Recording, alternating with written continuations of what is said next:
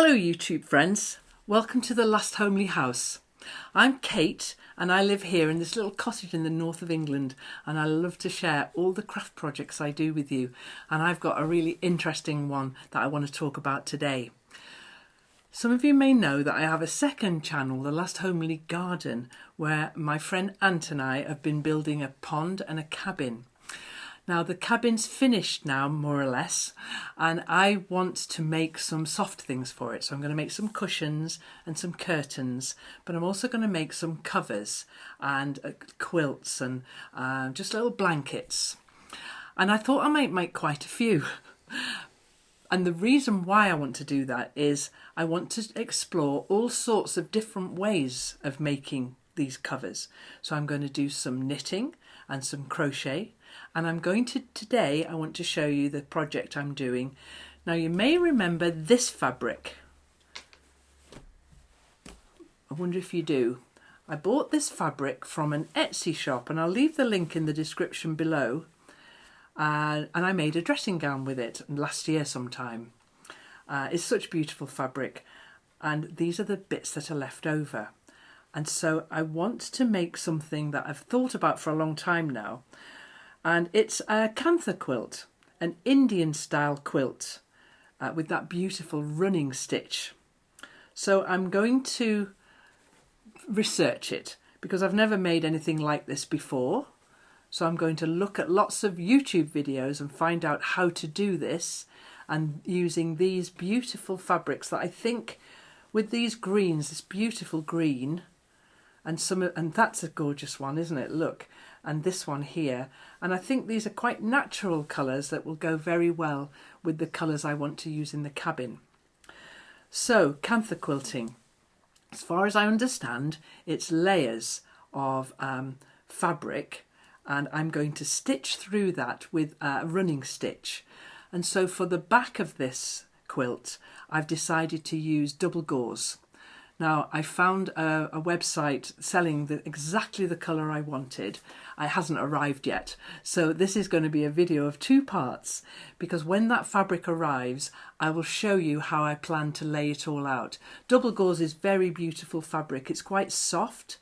It's the stuff that I've used to make baby clothes for my grandchildren, and there's a playlist all about sewing for baby, which I will leave in the description below, where I make some little double gauze clothes for them. That was a while ago now. So any bits that are left over I will use in that way. But it's a lovely fabric. I've chosen a great colour. I wonder if you can guess what colour it is, and it will be arriving soon, and then I'll be able to show you how I get on with this idea of mine to make a KANTHA quilt. So 1 second for you, maybe a couple of weeks for me. Well, it's sometime later now, and the double gauze I ordered has arrived, and I think the colour is just perfect. So I'm making this for the cabin. I've just explained that, but it was a while ago for me, so I'm explaining it to me probably. And I've selected the colours that I like of this Indian block printed fabric, which are all kind of greens, a few pinks in there, a little bit of blue, but it's mostly all toning in beautifully. Now, I've done a fair bit of research about KANTHA quilts, been down quite a number of little YouTube passageways, and what I've discovered is that, of course, like patchwork is, the origins of it are that this is fabric, scrap fabric that is pieced together to make something out of necessity, rather than, I mean, they're beautiful, but they're out of necessity. And KANTHA quilts are exactly that. Traditionally, as my understanding, they use old saris or scraps of sari or leftovers from sewing projects, and they layer this fabric up, as many as 7 layers sometimes, inside an outer fabric and then the top decorative fabric, to give the piece weight and warmth. Just it's reminding me of the Japanese borrow technique, where they would patch together fabrics and fabrics with beautiful stitches to hold it all together, but it has a very old-fashioned kind of look to it. This is the same kind of thing. So I'm making this out of new fabrics, of course. So I'm not quite sure how that's going to work, but we're going to, as I said, we're going to make Kantha style rather than a traditional Kantha quilt. So I've got my beautiful double gauze fabric in this lovely green, and I've got the fabrics that I want to use for the top part, but then I've been thinking about what to use for that, traditionally that lining fabric. Now, when I ordered the Indian block printed fabric, and I'll leave the link to the Etsy shop in the description below, but when it arrived, it's just like random really what you get. And so I got quite a lot of fabrics that I really didn't like very much. I couldn't see them going into any of the projects that I was doing. And so I put them to one side, and there were quite a lot. But these now will be perfect to be the layering for the Kantha quilt that I want to make. Now, in all my research about Kantha, I came across Kwandi as well, which is another form of quilting from India. Although its base is in Africa, it's quite an interesting little history to that one as well. And so with that type of quilting, it's got quite a different kind of method of stitching around the outside. So you keep on adding layers and layers and stitching round and round. I looked at that one and I like it very much, and I may do a Kwandi in the future, but this one is going to be more towards the Kantha style quilt. So I've got my fabric here, and the width of fabric was, I think it was 58, 59, something like that.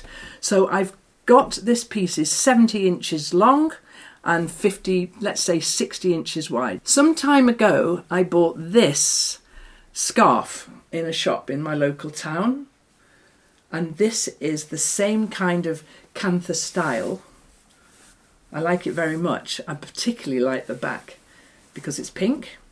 And this has got these, it's just 2 layers, this one. So it's a very lightweight scarf.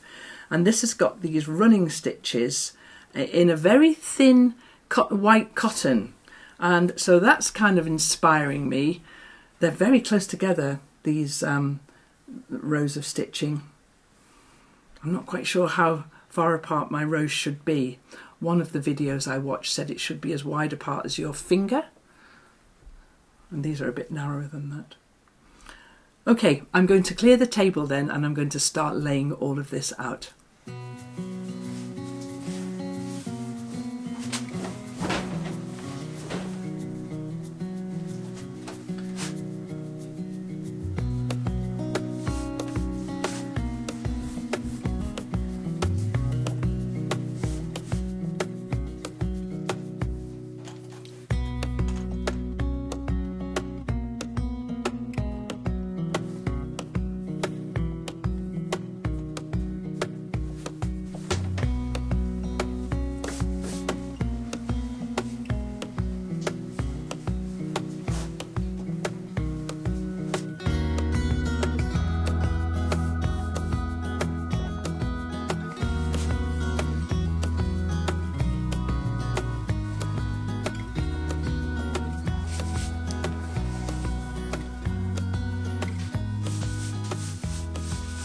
So this has come quite intuitively, how I'm laying out these less than desired fabrics.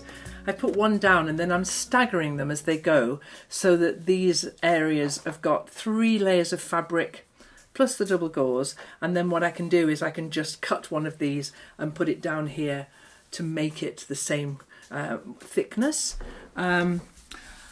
I think it's going to be easier if I do this in sections, and so I've done as much as will go on the table now, and I'll put, so you can see, can't you, that these just aren't fabrics I would use on the top of the quilt. They're just not very pretty or well printed at all, but they're perfect for this.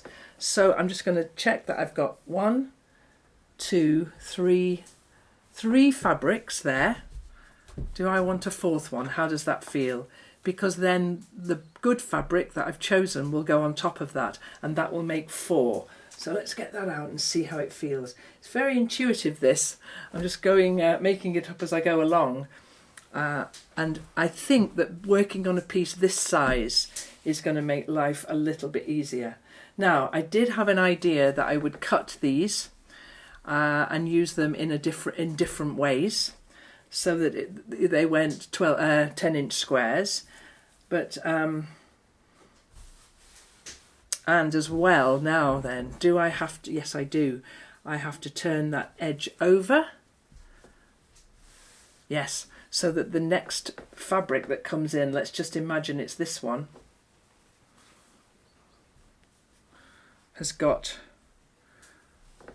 got a raw seam. So I'm not sewing these together like I would for a quilt, but I'm going to lay them down like that, which makes me think that possibly I should cut them beforehand so that I know what I'm doing. You can see that I'm making this up as I go along, can't you? But I am, however, very excited about how this might look. So when we get to this edge here, so I saw this with the Kwandi that I saw, where people turning both those edges in like that, finger pressing those down. Do you know, I think I'm probably going to have to pin this with quilting pins and do a small section at a time. That seems to make sense to me, and then do the running stitches, something like that. I did see a very beautiful way of doing the edge though. I think you can hear the fire crackling in the background. That's what that noise is. It's a cold day today, so I've got the fire on.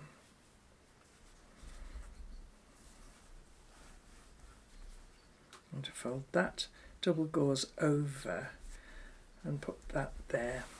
Quilting pins. It's definitely going to need quilting pins, little pins to pin it together. So the next time you see this project, it will be cut up a little bit and I'd have started stitching into it. Now, the threads I've decided to use are these threads from my designer thread box that I made with Aurifil, and these are available in my shop here. And I've chose these colours because I knew that they would work with a lot of different projects I wanted to do. So in this set here, you can see that we've got, well, my favourite Marrakesh. I won't use that, I don't think. This on the wooden bobbins is stranded cotton. And when I put this set together, I deliberately put in these two greens that are a light green and a dark green. But we've also got this lovely kind of edging slightly towards teal with a light teal, if you like. It's green really. And I'm going to use stranded Aurifil cotton from my designer thread box, 3 strands at a time, and that's what I'm going to use to quilt this with.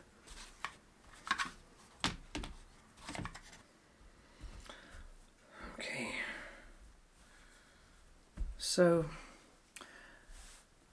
this is going to be a little bit more thoughtful and complicated than I was first imagining, because I think I'd quite like to cut these and have them irregular shapes, but I'm not sure how or when I should do that cutting.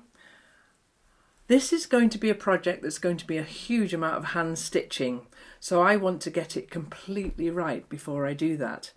So I'm going to have a think, have a play with my favoured fabrics here, lay it out a little, definitely use quilting pins, maybe watch another couple of videos about KANTHA Quilting, and I'm going to get back to you when I'm a little bit further along with this. So this has been the beginning of my thought process for making a quilt for the cabin. I also need to measure it so that I know exactly how big I want to make it, because I don't want to be sewing acres of this stuff and find that it's actually too big, but I also don't want to make it too small. Just that in-between point where it's just right. So thanks for watching this. Next time you see this project, I'll have made those decisions. I'll be a little bit further along, and I'll be showing you how I'm stitching this. So I'm excited to keep going with this. So you'll be seeing it quite soon, I hope. And that'll be part 2 of the KANTHA stitched quilt. So thanks so much for watching. Give us a thumbs up, subscribe if you haven't, and I will see you back here, maybe with this project or maybe with something else.